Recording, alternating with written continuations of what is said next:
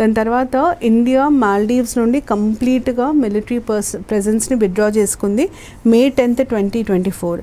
అట్లాగే చాలా చాలా ఇంపార్టెంట్ న్యూస్, ఈ Chabahar port 10-year agreement India sign చేసింది. యాక్చువల్లీ 2016లోనే మనం అగ్రిమెంట్ సైన్ చేసినాం. మళ్ళీ ఈ అగ్రిమెంట్ ఎందుకు అంటే పాత అగ్రిమెంట్ని రెన్యూ చేయడానికి సైన్ చేయడం జరిగింది. దీంట్లో మనకి తెలియాల్సింది ఏంటంటే చాబహార్ పోర్ట్లో 2 ఉంటాయి. దాంట్లో మనం ఏది డెవలప్ చేస్తున్నాం అన్నది ఇంపార్టెంట్. 2 separate పోర్ట్స్ ఉంటాయి. ఒకటేమో Shahid Beheshti, Shahid Kalantari. India Shahid బెహెస్తిని డెవలప్ చేస్తుంది. చాబహార్ పోర్ట్ చాలా చాలా ఇంపార్టెంట్. అదొక డీప్ వాటర్ పోర్ట్. అది సిస్తాన్ బలూచిస్తాన్ ఏరియాలో ఉంది. Gulf of Oman, Strait of హమ్రోజ్ దగ్గర ఉందంటే స్ట్రాటజిక్ లొకేషన్ అది.